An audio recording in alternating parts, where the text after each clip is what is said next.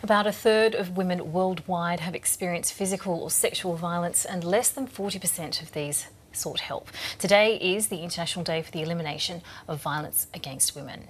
It's also the start of the United Nations 16 Days of Activism Against Gender-Based Violence. Robert Dunn is the CEO of Opportunity International in Australia, and he joins us now. Robert, welcome to the program. Thank you. Now, there's a really interesting body of research that links economic independence to domestic violence. Yes, domestic violence is one of the blockers to economic independence and empowerment, and we see this on the ground. Others are health, access to health, education and so on. So how does that manifest itself? What does that look like in a domestic situation? A woman said to me, I was talking to one of our customers, our clients that we're serving with microfinance loans to help them out of poverty. She can't install a kerosene stove in her home for fear that her husband will use the kerosene and torch her. So she's got to spend a large amount of her day gathering wood and so on for fuel. And it just stops her if she's being, similarly if a woman is being physically or psychologically abused, how can she work? How can she heroically build a business as well as raise a family? It's just a blocker. So I understand that as part of this current campaign and International Day looking at violence against women, Opportunity International is partnering up with an organisation in India specifically because this is quite an alarming issue in India where some half of all women are affected by domestic violence. India is unfortunately one of the worst countries for this, and one of our partners in India tackles domestic violence. And they have a Peacemaker Program, which is primarily counselling men and women, girls and boys, about this issue. The unfortunate thing is it's not that Indian men are bad men or don't want to be great fathers and husbands. They do. They just had a bad role model who was their father typically. And she saw it when she was growing up with her father beating her mother. And that's unfortunately, for the majority of people, that's how men express their masculinity. And that's got to be changed. There has to be a break in that. And that's what My Choices, our partner in India, is setting out to do.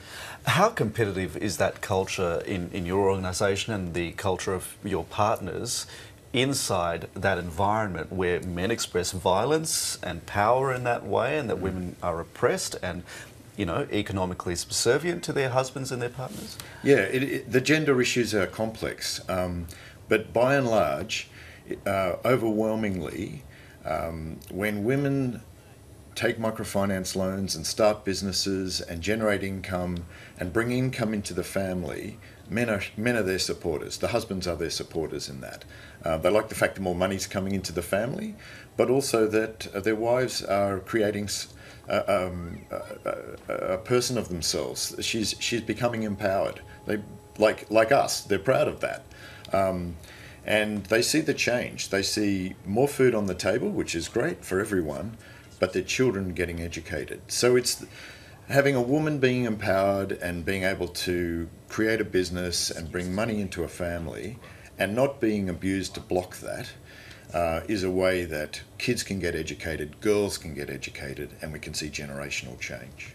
Is it also important, I mean, you do mention there that this particular partner program, My Choices, also looks at bringing men into the conversation here, but is it also important that it helps build a network within which women can work? Because isolation, I understand, is one of the key things that can also keep women in those situations. Absolutely, and finding stats on this is really difficult because most women don't talk about this.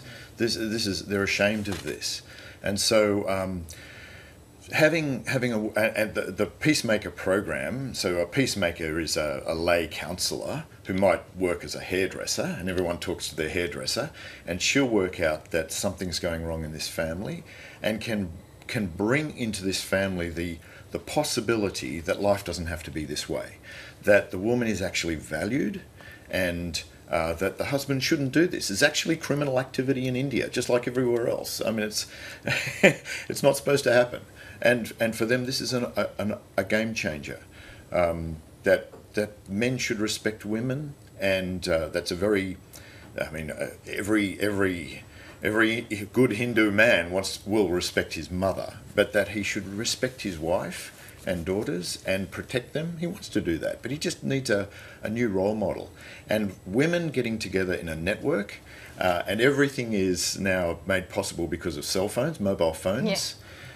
This is the moment of change. This is when things can really start to happen, because everyone's getting cell phones, mobile phones, and connecting this way. So what was secret now can be public. And now just quickly tell us how these microfinancing kind of schemes work, because there's a way Australians can help out as well. Totally. So Opportunity for 40 years has been doing this sort of work.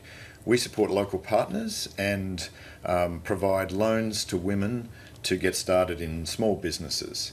And with the income they generate, they repay the loan. It's a 98% repayment rate, so it's fantastic. It's unsecured credit, better than in Australia, and generate income and can help their families move to a sort of more optimistic position. My Choices is a partner we have which helps to remove one of the blockages of that progress to freedom. And people can support, today, if you want to support that My Choices program, the domestic violence program, go on our website and donate. All the donations today will go to this program. Robert Dunn with Opportunity International Australia, wonderful to have you with us. Thank you very much for your time. Thank you.